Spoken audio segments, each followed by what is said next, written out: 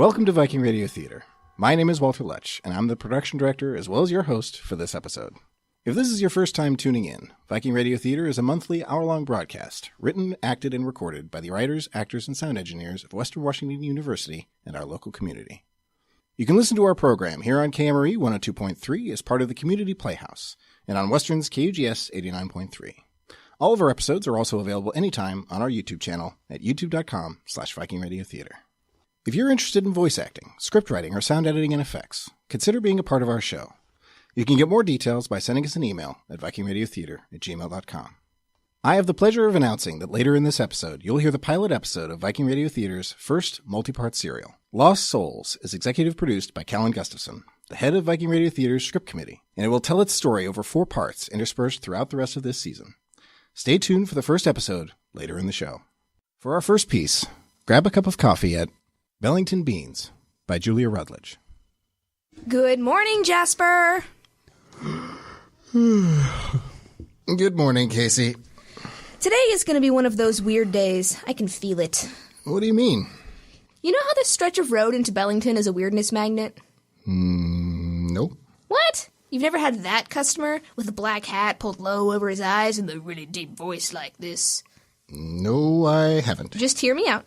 And then he gets an obscure drink like an extra large, triple shot, white chocolate chai eggnog latte steamed at 157 degrees and a warmed up croissant with peanut butter. And then as you're making the drink, he looks up at the clear blue sky and says, "It's gonna rain today."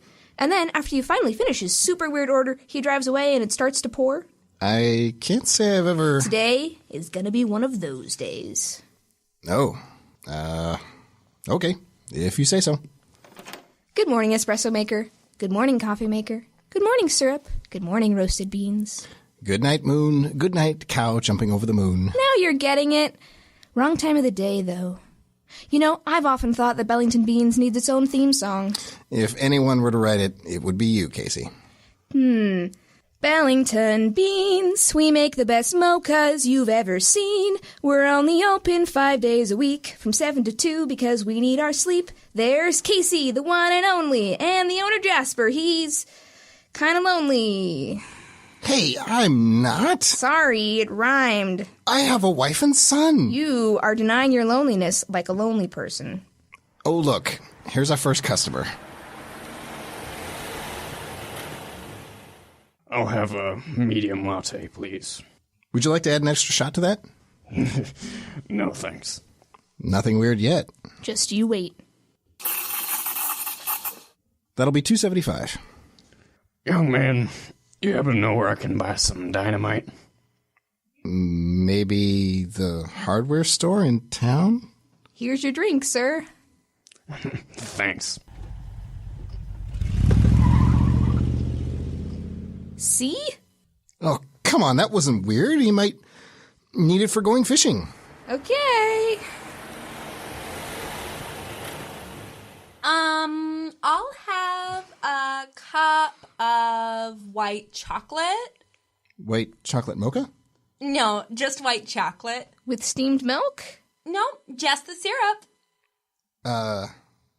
What size? The largest you have? I'll just pour some in a cup then, shall I? Yes, please. I'm gonna have to get out another bottle of syrup. I'm not quite sure how to ring this up. Just hit the add syrup button like 10 times. I guess so. It comes out to $5.75. What? I am not paying that. But your drink! Dang. Casey, you've jinxed us. Oh dear, do you think so? You said it was going to be a weird day today. I felt a disturbance in the force. I didn't cause it. Well, here comes the morning rush. Yes, all in black Audis. Are we being visited by the president? Honestly, I wouldn't be that surprised. We've been told by a reputable source that your mochas are the best in the state. I don't know about best in the state. Best in Bellington, sure. Are you the owner? That's me, Jasper Cartwright. We need 3 mochas. Make that 4. Right away, sir. Your total is $12. Here's a 50. Keep the change. Ooh, thanks. So, are you escorting someone? That's classified. Ah, right. Out of curiosity, who told you about us? A reporter for the Seattle Met. He's with the WPP now. The Witness Protection Program? No, the Washington Post political section. Oh. I have to say, you're the first secret agents we've ever served. Who said we were secret agents, Mr. Cartwright? Nobody. Yeah, you very distinctly said you weren't secret agents. The cars, the suit, and the radio were all definitely not a dead giveaway. Are you almost done, Casey? Here's the last one. I put them in one of those nifty 4-cup holder things for you. Thanks. Have a good day, you two. Why do I get the feeling that he'll know if we have a good day or not? Here's your $19 tip, Casey. Now, the next time we make coffee for the FBI, please don't sass them. Yes, boss. I wonder why they're in town. Maybe a senator is visiting Bellington? It's classified, remember? Oh, yeah. Hey, you made a joke! Jasper made a joke! I make jokes all the time. You do not. You're Mr. Serious, I hope we've made enough money on this really busy day, Cartwright. Here comes another car. Please shut up. Make me a damn cappuccino. What size? A small, idiot. Sir, there's no need to... I don't want to talk to you. I just want my drink. Hey, you don't have to be so rude. I'm the customer, and that means I can say whatever the hell I want. So make me a cappuccino. Oh, yeah? I'm a human being, and that means I should be treated like one, not like an espresso machine. If you're going to be rude, you can take your business elsewhere. If I wanted a crappy drink and baristas who talk back, I would go to Starbucks. Get away from the window, Casey. Oh, come on, he's not gonna... Okay, maybe he is. Lock the door. Yeah, good idea. There's someone else pulling up. They'll just have to come back later. They're getting out, actually. Oh my God. It's the black hat guy. What? The guy I was telling you about. He's real? Yeah, look, he's talking to our irate customer. Hey, you're right. I wish I could hear what they were saying. Whatever he said, he scared him off. I think he wants a drink. Hope he wasn't bothering you too much, folks. He was being very rude. Thanks for getting him to leave. He won't be coming back, that's for sure. Can I get you anything to drink? On the house. That'd be mighty kind of you, son. I'll have an extra large triple shot white chocolate chai eggnog latte steamed at 157 degrees and Warmed up croissant with peanut butter? I can see you already know my order. I must have been here before. I just looked at you and thought, this man wants a peanut butter croissant. Yeah, I have that effect on some people. Here's your drink, sir. 157 degrees. Thank you, pretty lady. And here's your croissant. You folks take care now. Thanks. Wow. Oh my God, can you believe it? He's like a backwoods wizard. I do believe we've used up our weirdness quotient for the day. And it's only 7:30. Famous last words. The end. That was Bellington Beans by Julia Rutledge. Casey was played by Julia Rutledge. Jasper was played by Walter Lutsch. The old man was played by Adam Kane. The woman was played by Lauren Odie. The agent was played by Wyatt Chapman. The man was played by Mitchell Parker. And the black hat guy was played by Adam Kane. And now for a quick commercial. Do you wonder why bad things keep happening to you? Do bolts of lightning just happen to find you while you're inside? Are you a magnet for earthquake epicenters? Maybe you bungled the sacrifice to the wrong deity. Maybe the universe has it out for you. Either way, we've got insurance for you. Hapless Protection from BAD Insurance. Most companies won't cover acts of God or freaks of nature, but we at BAD know that sometimes you just can't help being the butt of a cosmic joke. So we're here to provide the protection you need, insurance-wise anyway. Our claim service is available 24/7 to help you get back on your feet, assuming you still have any after that asteroid to the face. Hapless Protection from BAD Insurance. We'll believe it. You're listening to Viking Radio Theater on KMRE 102.3. This January, Viking Radio Theater held its second annual script contest. We received a wide variety of quality pieces, and now that the finalists have been selected, their pieces will be featured in our next episode, airing March 7th. These are truly award-winning pieces, so make sure to tune in and listen. Our next piece is The Ring by Dwayne Yancey. An old woman, Maryah, is sitting in a chair watching television. In a second chair, her cat is sleeping. Should be about 8 o'clock. Now, what channel is that show on? Maryah flips through the newspaper, but can't find it. I don't know why they don't put the TV listings in the paper anymore. She tosses the paper aside in disgust and starts clicking on the remote. In another part of the house, another old woman, Katherine, is breaking in. She slides open a window into Maryah's bedroom and shines a flashlight around. She tries to come through the window, but has trouble getting in and tumbles to the floor. Maryah briefly thinks she hears a noise and looks around, then decides she didn't and puts her finger in her ear to clean it out. She resumes clicking through the channels. Ah, there it is. I don't know why they have to make these things so complicated. In the bedroom, Katherine gets up, dusts herself off, and shines a light around the room. She looks at various places in the room, such as the nightstand, before finally her light shines on what she's seeking, a jewelry box. She wants to look through the box, but she has trouble using just one hand, so she tries to figure out a different way to position the flashlight. Finally, she settles on trying to hold it under her chin to leave both hands free. She drops the flashlight. In the next room, Maryah hears a sound and turns abruptly to see what the matter is. Katherine tries to pick up the flashlight, but fumbles it and drops it again. Maryah jumps out of her chair. Muffy, that better not be you knocking things over again. In the bedroom, Katherine panics and tries to hold still. Maryah decides the noise is a cat and moves to sit down again. Fool cat. Maryah notices a cat sleeping peacefully in the chair, nowhere near the cause of the noise. Katherine turns to resume her search and accidentally knocks something off the table, making an even louder noise. Maryah realizes she has an intruder. She rushes to her closet and opens the door. She takes out a baseball bat that belonged to her late husband. She eyes it, then kisses it sweetly but quickly. Benny, be with me now. Maryah creeps towards the door of the bedroom where Katherine has resumed her search by flashlight. Maryah puts her ear to the door and tries to listen. Katherine is rooting through Maryah's jewelry box, but not finding what she's looking for.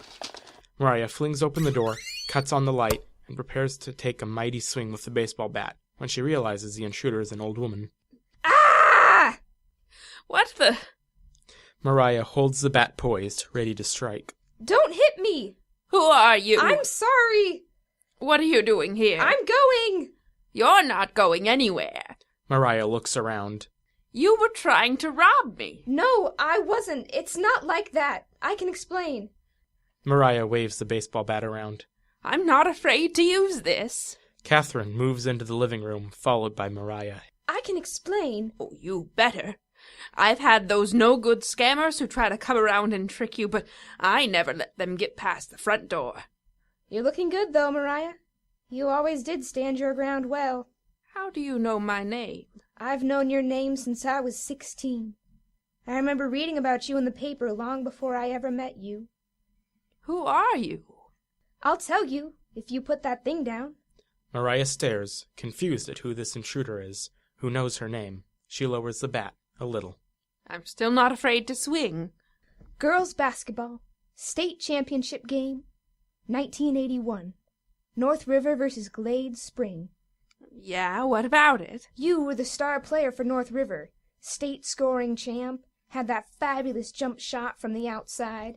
Yeah, so? Katherine waves her arms as if she's guarding Maryah in basketball and snatches the baseball bat away. Hey! Ha! You never did think anybody could take the ball away from you, but I could. Or have you forgotten? Give that back! Doesn't work that way. You wouldn't really have used this, would you? Look, why don't you just leave? But don't take the bat. Please don't take the bat. You never played softball. My husband did. He's gone now. Please, don't hurt it. It's sentimental. Our age, you get sentimental, you know. Who are you, anyway? Katherine is looking at the bat. Oh, I know all about sentimental. I didn't come for the bat anyway. Then what? I came for your ring. Not my wedding ring? Not that ring. Your state championship ring. My what? Who are you? Funny, isn't it? Everybody remembered your name. Nobody remembered mine, not even you. You still don't remember me, do you? I don't know what you're talking about. Look, can you just put the bat down and go? I'll give you money. Do you need money? I'm not a thief. Could have fooled me. It's been, almost 60 years now? Funny how time flies, whether you're having fun or not. What are you talking about? I told you, the state championship game. You were the tournament MVP. What about it? I played for Glade Spring. Really? Oh, my lord, but what are you... Katherine Wellington. Katherine Anderson now. But I was a Wellington then. I was the one assigned to guard you the whole game. You were so good. Normally we played zone, but that game we played a box and won. I was the one. That was you? I held you under 20 points. Nobody else could do that. You were on me all night. You were the reason the game was so close. Not close enough. Toughest team we played all year. Went down to the final seconds, but I don't understand. You know you fouled me. I beg your pardon? On that last shot? The one I didn't make? You remember that? Like it was yesterday. I've forgotten lots of other things, but I still remember that. Doctor's appointments, when to take my medication, what I went into the kitchen for, whether I cut the stove off, sometimes even the names of my own grandchildren. But I've never forgotten that, the way you came down on me. Incidental contact. They called it on me when you went into the lane. They didn't call it on you because you were the big star.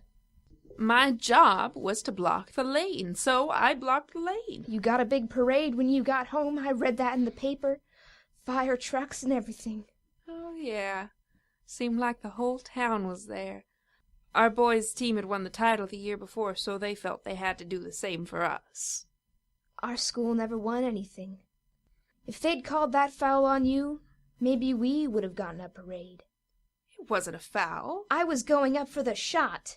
Time was running out anyway. They wouldn't have allowed it. You chopped me on the arm. You'd have probably missed anyway. That was my shot. I owned that shot. You were off balance. Because you fouled me. I want your ring. What are you talking about? They said they gave each one of you a ring. Oh, that. That should have been my ring. You've had it all these years to look at, to remember, to show off, to take pride in. Please, can't I have it for just a few? So that's what this is about. You broke in here 'cause you're mad you lost a game 60 years ago? Do you remember who won the sportsmanship trophy that year? Remember how at the beginning of the game they had somebody from each team read a statement about good sportsmanship? Well, do you remember who won the sportsmanship trophy? No, but I don't see what that has to do with... I don't either, and you know what? Nobody else does either. But they still remember who won that game. I doubt that. It's still in the record books. Not that anybody ever looks at those. I bet they still have the trophy in the trophy case. They closed that school 30 years ago. They built a new one. Well, sure, but... I went and looked. You looked at our trophy case? Too many people around. I took a cane.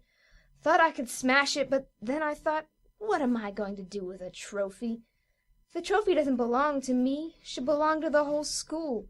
What am I supposed to do? Take it down to Glade Spring and make 'em put it up in theirs? Those kids there now, they won't know what it's all about. But I know, and I want my ring. Oh, well, why don't you just put the bat down and we'll talk? Katherine lowers the baseball bat. It is kind of heavy. He was a home run hitter. They use big bats. Ah, one of those athlete marriages, huh? For a while. Any kids? None still living. Oh. Do you mean... Benny died young. I'm sorry. Coming home from rec league practice one day. Drunk driver ran a stop sign. Didn't have a chance. Who's out driving drunk at 11 o'clock on a Saturday morning anyway? Oh, dear. None of 'em did. None of... Jake was 11. Whitney was 9. Beautiful children. Maryah shows Katherine a photograph.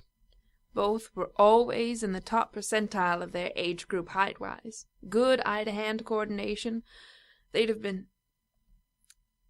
I'm sorry. I didn't mean to... It's all right. You didn't know. That's terrible.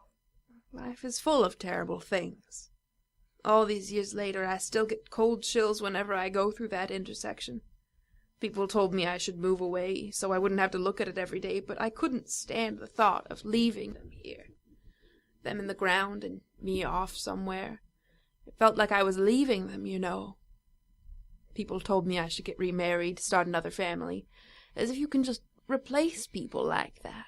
It's not like sending substitutes into a game, you know. People told me lots of things.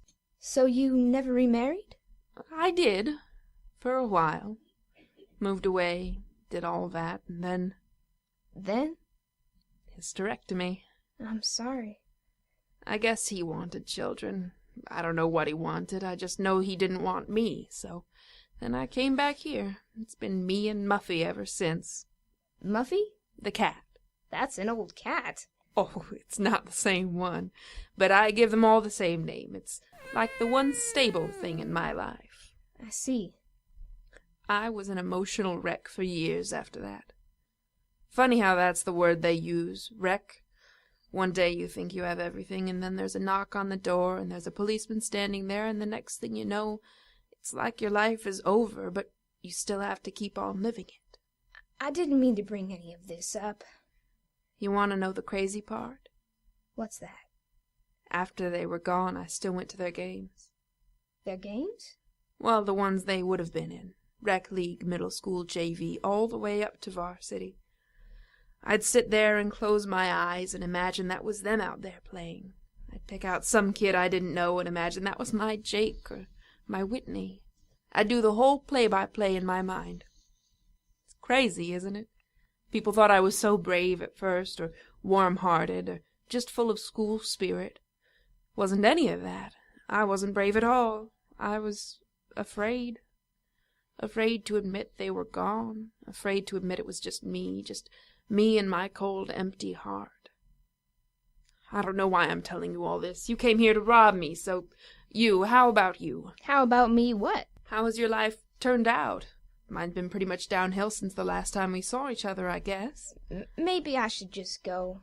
Maybe what I came here for isn't that important anyway. No, stay. I haven't seen anyone from those days in years. So, children? Yes, 2. Boys or girls? 1 of each. Oh, just like mine. Grandchildren? 4. Oh, what a blessing. Boys, girls? 3 boys, 1 girl. Ages? The oldest is 15. Oh, 15. I remember being 15. She's waiting for me out in the car. Maybe I should go. You've got her here? She's got her learners, and I don't like to drive so much anymore. Maryah looks out the window. Oh, there she is, by the streetlight. She's a sweet girl. Sometimes a little headstrong. Just like a grandmother? Perhaps. I see the resemblance even from here. She looks just like you. Well, you from 60 years ago. Thanks. What's her name? Kelsey. Kelsey. She looks tall. Does she play any sports? Basketball. Basketball, huh? Which school? That new consolidated school they opened a few years ago. I forgot the name of it.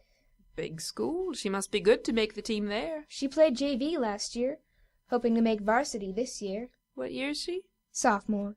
And she's hoping to make varsity? Well, maybe I'm hoping she makes varsity. Tell her to come in here. No! Why not? I'm not getting her involved in this. You had her drive your getaway car. She's already an accomplice. She doesn't know anything. She just thinks I'm here to visit an old friend. She didn't think it was odd you climbed in through the window? It's dark. She didn't see anything. She's just out there listening to her music or whatever it is they do these days. You know I could call the police, don't you? I'm just a foolish old woman. I shouldn't have let it eat at me the way it did all these years. Here's your bat. Forget I was ever here. Lord knows I'll probably forget. I wish I could forget things as easy as you. Instead, those are the things I seem to remember the most. I wish we could pick and choose what we remember, but we can't, can we? I'll let myself out. My ring, it meant that much to you. It's silly, I know. I shouldn't have done it.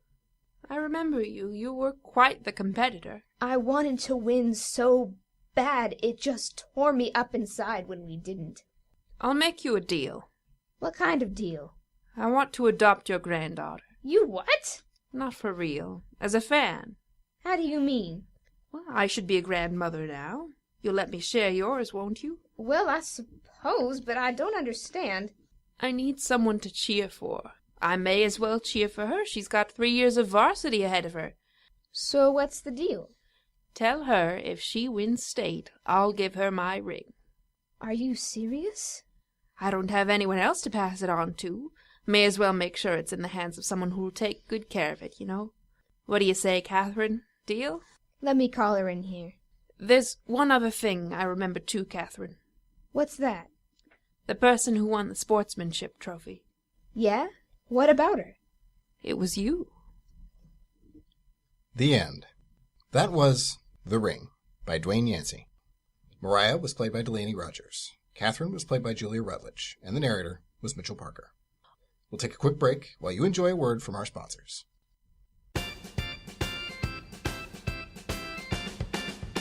Hey there! Are you trying to break into the exciting world of the internet? Are you impeded by your lack of opposable thumbs and technical skills? Are you a squirrel? We have an exciting new service to help you achieve your dreams. Introducing Squirr Space.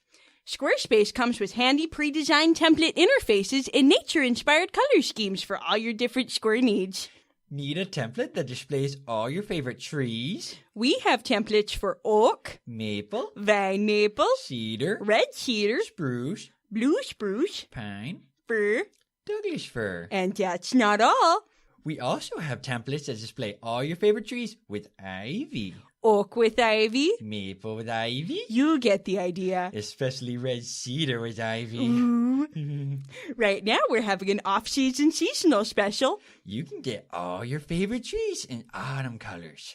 Like orange, Brown, orangey brown, brownish orange, scarlet, gold, scarlet orange, yellow. and introducing Harvest Moon Midnight Autumn by Sarah Jessica Parker in collaboration with Marcia Stewart, Rachel Ray, and Oprah. You may be wondering, what do you actually use Squirr Space for? Good question. Sign up for Squirr Space today. You'll be nuts about it. You're listening to Viking Radio Theater on KMRE 102.3. I am excited to announce that Viking Radio Theater, Foul Play, and Swing Kids are once again coming together to present the 1940s Mystery Dinner Night. This one-night event features casino gaming, swing dancing with lessons provided by Swing Kids, a catered dinner, a live radio drama performance by Viking Radio Theater, and of course, a mystery to solve. Join us Friday, March 4th at the Leopold Crystal Ballroom. For tickets and more information, visit the link tiny.cc/mysterydinner. And now, Viking Radio Theater presents the first chapter of our multi-part serial.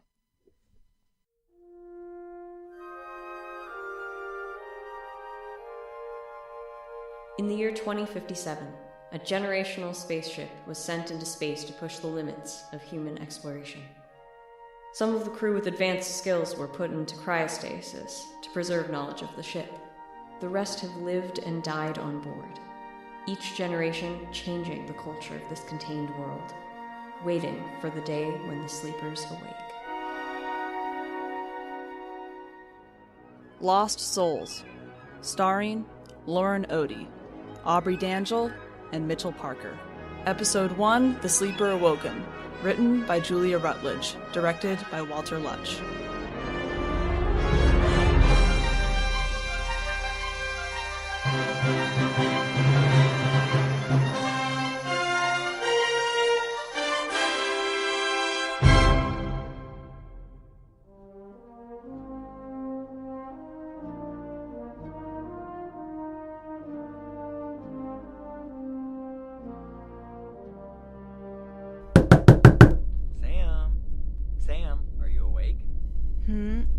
What? Rob, is that you? No, it's Henry. Oh, right. You can come in. You better hurry. We're going to be late. Yeah, I know. Did you really think I was Rob? I was still half asleep. I wasn't thinking straight. I just miss him, that's all. I can't imagine not seeing my brother. He probably misses you just as much. Yeah, I know. You know, you could ask the sleepers for guidance. Sol knows it helps me sometimes. Henry, I clean their area every day. They're not magic, they're just people. Well, maybe. But you know what they say. One day the sleepers will wake up, and everything will become clear. Yeah, I'm sure it will. Let's go.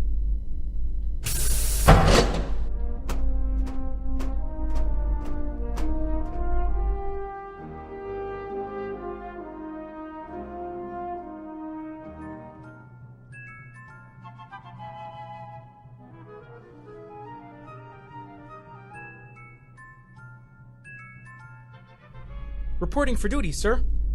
Who are you? I'm the newest caretaker, Mr. Kyong. Ah, yes, Mr. Maximillian Kramer.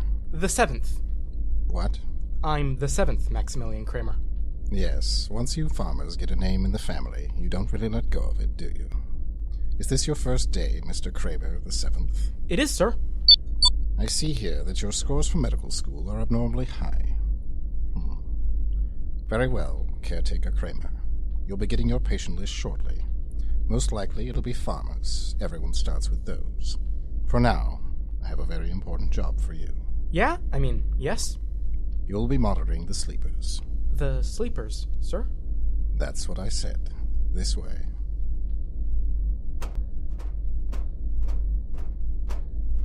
All of the pallets have temperature regulation, feeding tubes, that sort of thing. The information feeds into a central computer. If anything drops below or above the normal parameters, go and check the pallet and see what needs adjusting. In all likelihood, nothing will happen. What about her? Cleaning staff. They come in here to polish the cases and sweep the floor. Just ignore her. All right, here's the computer station. If you have any questions, call my assistant, Caretaker soon. Thank you, sir. Okay.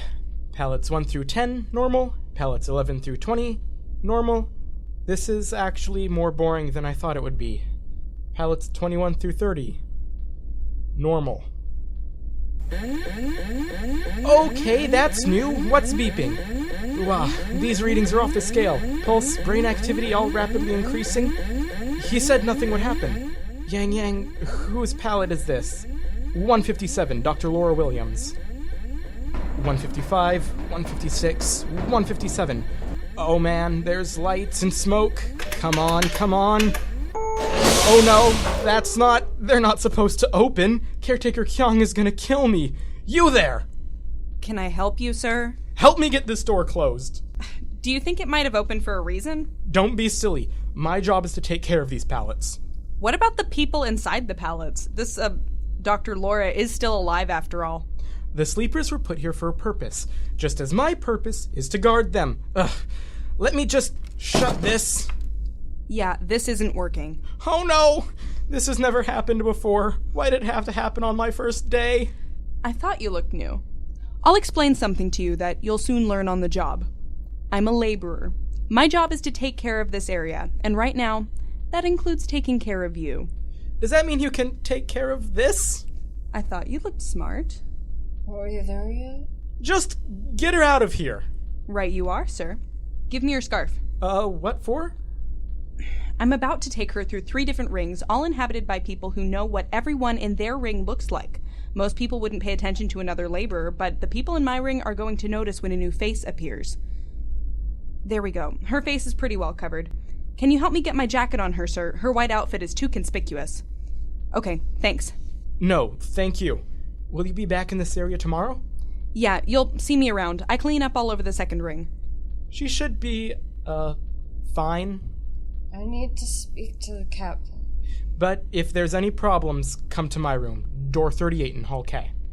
You want me to come to your room, sir? No, I know how that sounds. You can say you have a cold or something. I'm supposed to be a physician for the farmers, but people wouldn't care too much. Who should I ask for if I can't find you? Maximillian Kramer the 7th. I'd better get Dr. Laura out of here.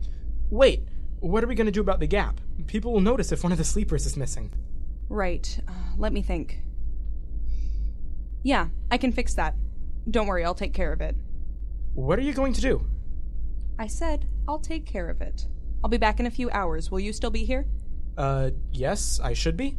Good. Now I really have to go. Right, of course. Thank you again. Come on, Doctor. That was close. Hopefully Caretaker Kyong won't notice. Ah, Yang, I forgot to get her name.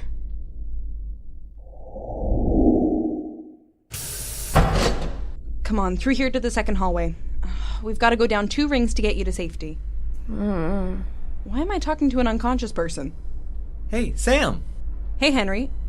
Done with your shift? Yeah. Who's that? Her name's Sarah? I don't think you know her. We were working up on the second ring and she collapsed. I had one of the caretakers look at her and now I'm taking her home. Do you need help carrying her down there? I think I'm good for now. This hallway is anti-gravity anyway. All I have to do is tow her along. Right. Hey, is there going to be a meeting tonight? Shh! Why don't you say it a little louder so the whole hallway can hear? There's no one around, Sam.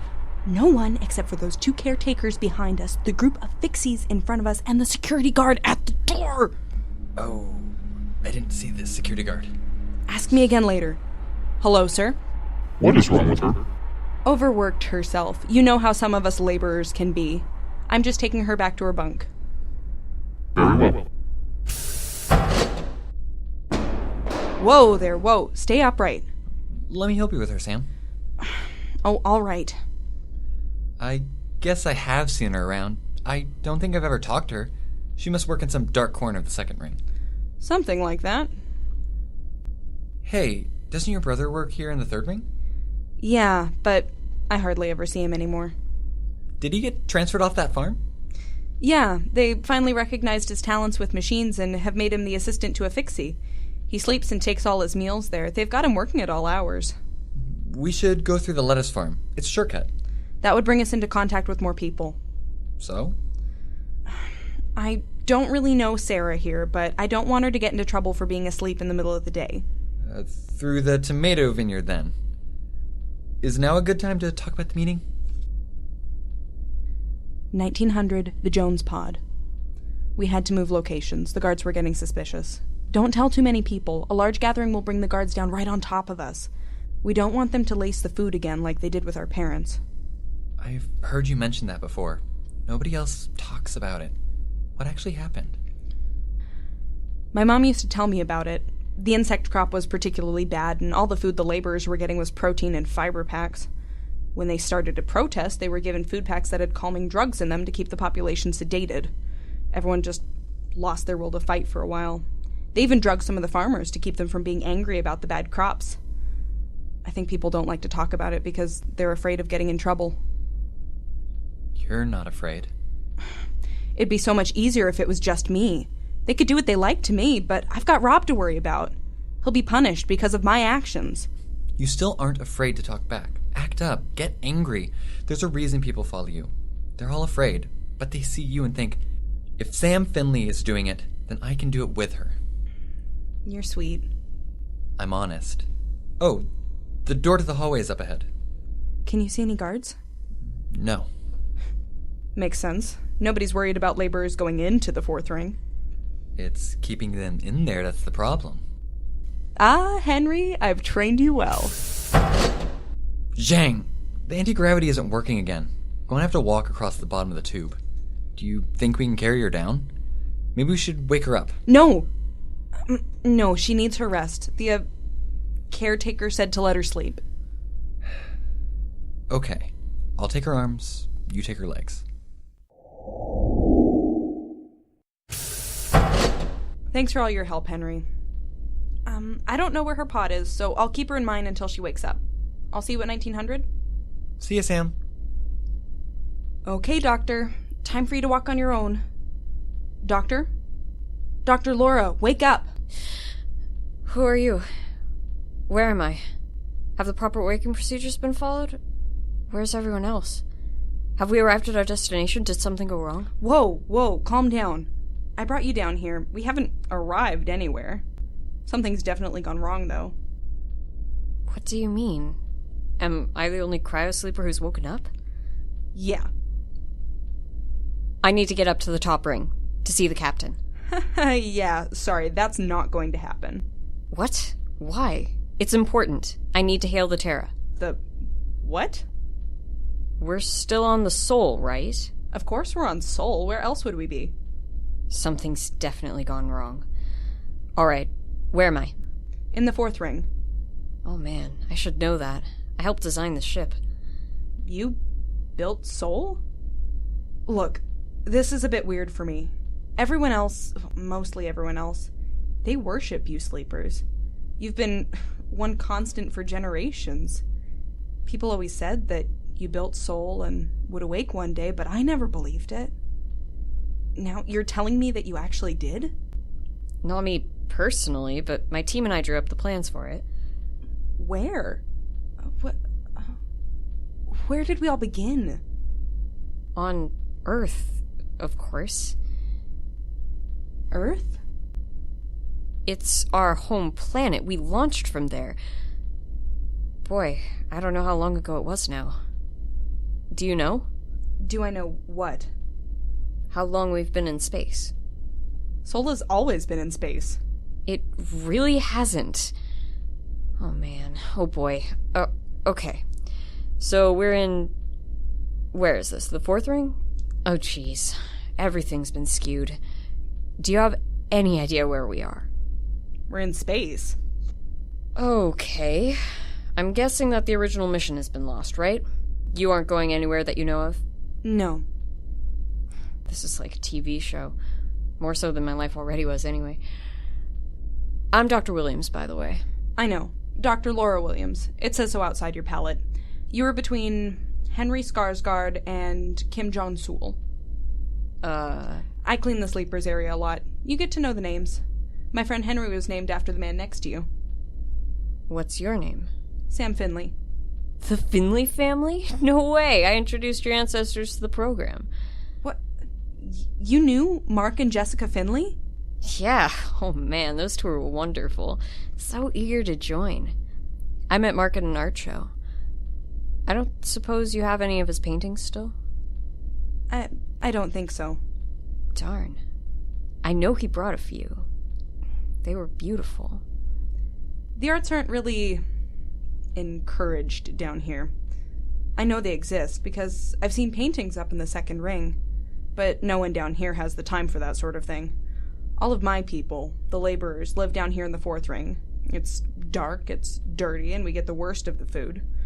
Above us is the third ring, which is somewhat better. The farmers and the fixies live there. The second ring, where you were, is where the caretakers are. And then at the top... The pilots? That's what everyone says. No one that I know has ever actually been up there. They do say that the walls are paved with solid gold. This is crazy. It was never supposed to be this way, this kind of segregation. I don't know what's happened. Maybe you've been here too long. Maybe this would have happened anyway. Or maybe it's my fault. How could it be your fault? You've been asleep this whole time. You couldn't have woken up sooner. If you had, they would have put you back to sleep. I'm not talking about now. I'm talking about before the voyage even started. We all thought the concept of rings was a great idea. It works best for space travel, we said. We talked a little bit about how it could divide people up into classes, but I was one of the people who dismissed it. We never intended this. Miss Finley, the original laborers were picked because they were good, honest, and dependable people. We wanted them, your ancestors included, to raise generations of trustworthy people who kept the ship running. We still are. It's just that the farmers and caretakers exploit us. You haven't been reading Marx, have you? Who? What happened to the complete library of books, movies, and music we uploaded?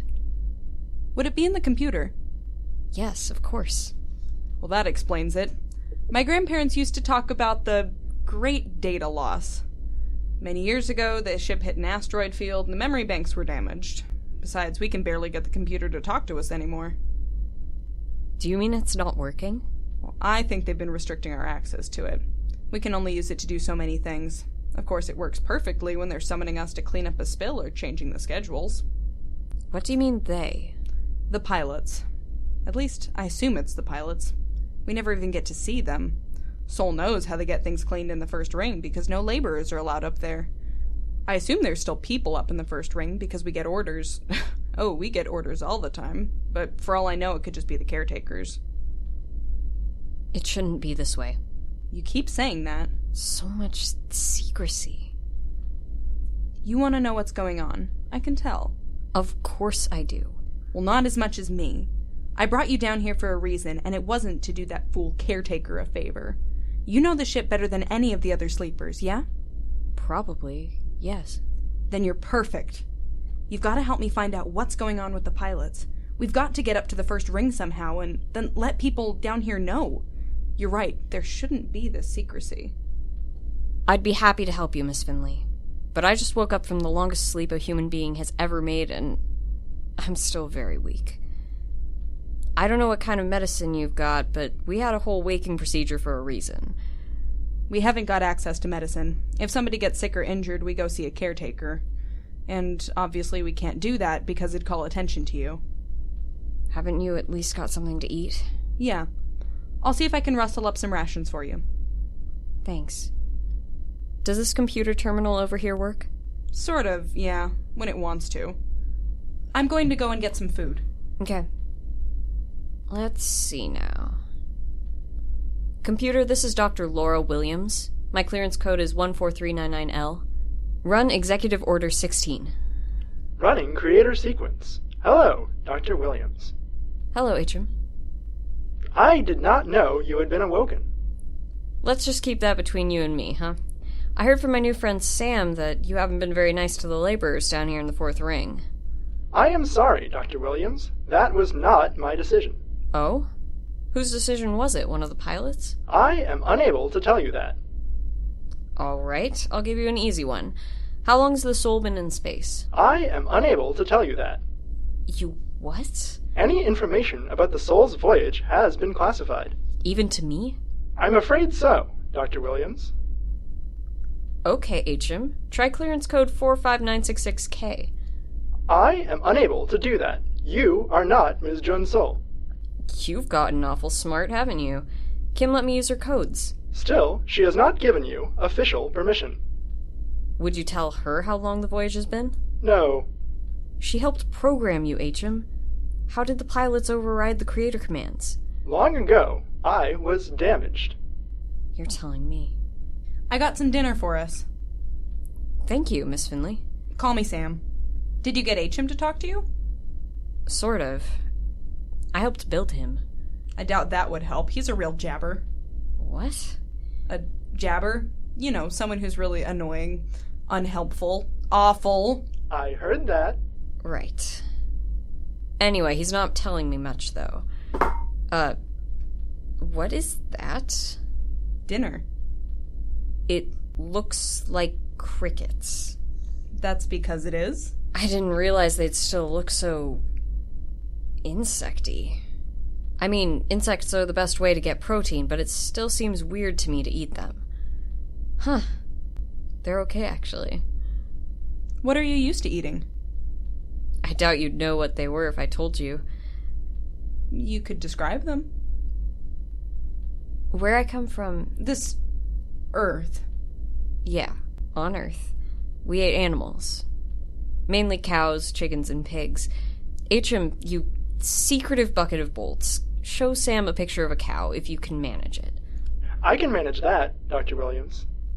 Kim turned up your sassiness way too high, if you ask me, but she thought you were hilarious. Here is a picture of a cow. Oh, wow! You used to eat those? Not a whole thing at once, but yeah. They're horrifying. ACHIM, show us a steak. There. We would eat that. You fry it up, add a little sauce, and it's the best thing you've ever tasted. I don't know about that. The best thing I ever tasted was a tomato. My brother was working for a farmer, and he brought us home fresh vegetables. You've only ever had a tomato once? All the vegetables go to the caretakers and above. Not even the farmers get very many. We're never short of fiber. There's always fiber packs. They taste all right if you plug your nose. And shut your eyes. We don't even get insects that often. Maybe once a week. Usually we just have protein bars. What are... Protein. Mushed up in a bar? Ask a stupid question. Is there more to that phrase, or... Get a stupid answer. Ask a stupid question, get a stupid answer. Sounds about right. I may have to use that on some people I know. I'll see if I can get any more information out of ACHIM. Good luck with that. Don't go outside the pod. If somebody knocks on the door, just ignore it. I've got something I need to do.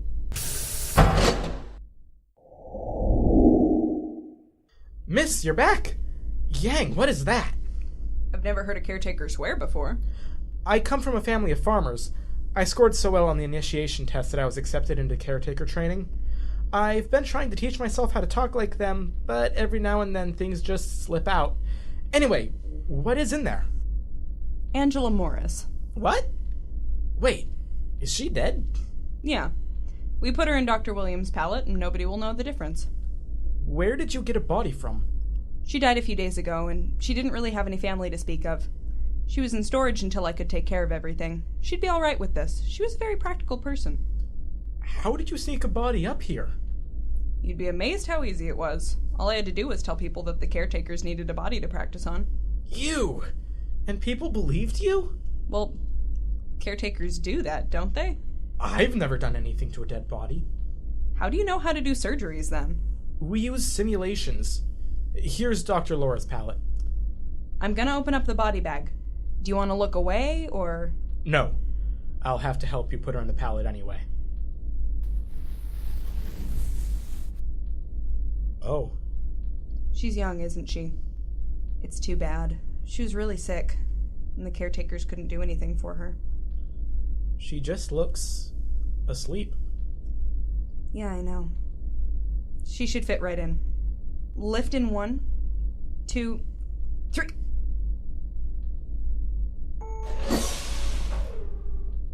You should plug her in. That would preserve her body, or else people are going to wonder what the smell is when they come over here. Ugh. You're right, though. I think this part goes in the back of the neck. So, did Dr. Laura wake up? Yeah, about that. She did wake up, and she told me some pretty weird things. They do say things about the sleepers. My parents always prayed to them, but I've never seen the caretakers talk about them as reverently as people in the lower rings do. She didn't talk like someone who woke up to make things become clear. Mostly she just sounded confused. But some of what she said was... She's been here since the beginning. The beginning of Soul. She helped design it. She was one of Soul's original fixies? Yeah. And she knew how to talk to ACHIM. Says her friend Dr. John Sewell programmed him, but he wouldn't tell her how long we've been here. She thought we were going somewhere. The destination? What? I've heard caretakers talk about it. The place that we're all going. I didn't know we were going anywhere. I mean, I knew the pilots kept things from us, but that seems like a pretty big piece of information. Now, miss, look. I've worked hard to be a caretaker. I'm the first person in my family to move up out of the third ring. I don't want to say anything, hear anything, or even think anything against those up in the first ring. Yes, sir, Caretaker Kramer. The 7th. What? Kramer the 7th. That isn't part of your title, though, is it? Why not? Caretaker Kramer the 7th? You're not the 7th Kramer caretaker, so it doesn't make any sense. I'm just going to call you 7. It's easier. Not really. 7. Sev. Has a nice ring to it. No, it doesn't. Now that she's plugged in, I should go. I left Dr. Williams in my pod, and Soul knows what she'll do while I'm gone. Wait! Don't go without telling me your name this time. It's... Sarah. Sarah Smith. Thank you, Miss Smith. I owe you one. Yeah, you do. I'll be up here again tomorrow. See you then. Bye, 7.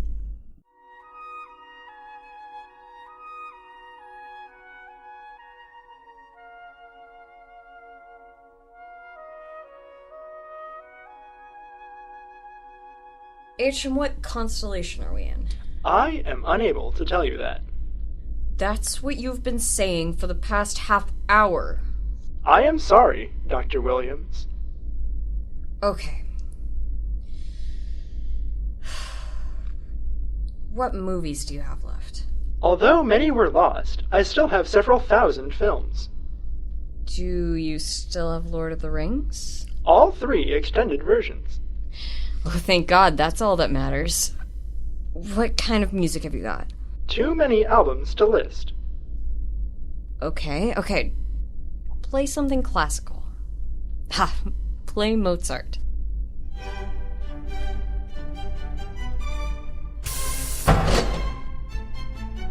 Ooh, wow. What is that? It's Mozart. What? Wolfgang Amadeus Mozart. He was a composer. He wrote this music. Did you know him? What? No, Mozart lived in the 1700s, way before my time. But you both lived on Earth, right? You probably knew someone descended from him. Not exactly.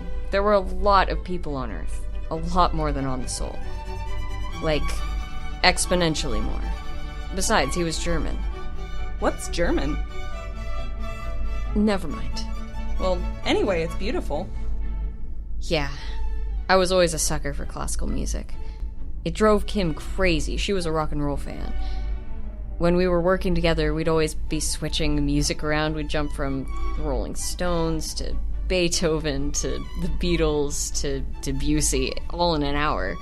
I don't really understand anything you just said. Oh, right. Have you ever listened to music before? Not really. ACHIM never really does what we ask, especially down here. Oh man, I have so much to show you. Mozart is one of my favorites, but I think the first composer I really fell in love with was Holst. He wrote the symphony called The Planets. It's incredible. I used to listen to it all the time when I was a kid and I did my homework. It made me dream about going into space and seeing the planets myself. You can show me more later. Right now we need to leave. What? Where are we going? The Jones pod. There's something I want you to see.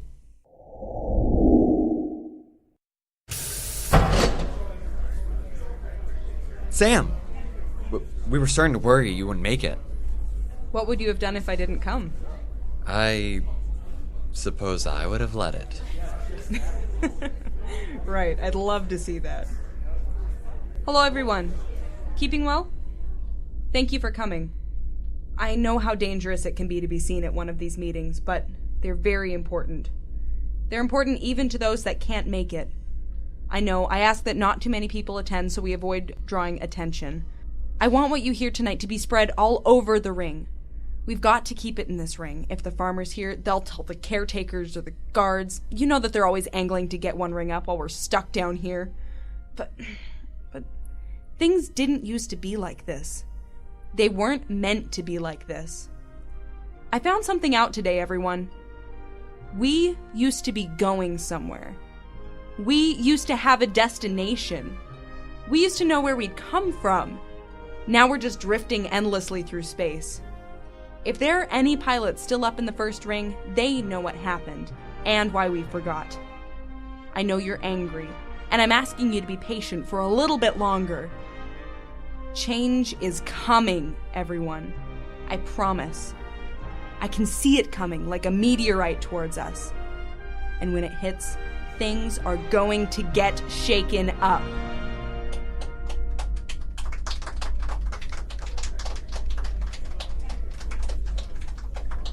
You're a wonderful speaker, Sam. I know what to say to keep people happy. But now that you're awake, we can find out what the pilots are keeping from us. Now that you're awake, everything will become clear.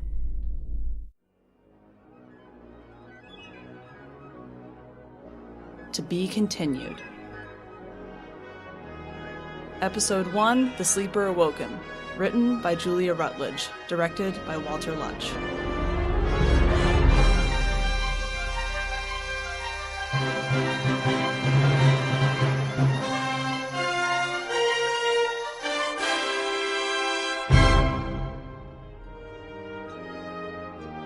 Sam Finley is played by Lauren Odie. Dr. Laura Williams is played by Aubrey Dangel. Maximillian Kramer VII is played by Mitchell Parker. ACHIM is played by Wyatt Chapman. Henry is played by Trent Browning. Caretaker Kyong is played by Walter Lutsch. And the Guard was played by Adam Kane. Lost Souls is executive produced by Kallan Gustafson. We've come to the end of another episode of Viking Radio Theater. Tune in Monday, March 7th, for our special Contest Winners episode and the second part of our continuing serial, Lost Souls. And as always, you can catch up on all of our episodes on our YouTube channel, youtube.com/Viking Radio Theater. The writers who contributed to this episode were Julia Rutledge and Dwayne Yancey. Our chief sound engineer is Blair Lorenzo, and Viking Radio Theater's theme music was written and composed by Kat Miller. From the cast and crew of Viking Radio Theater, thanks for listening.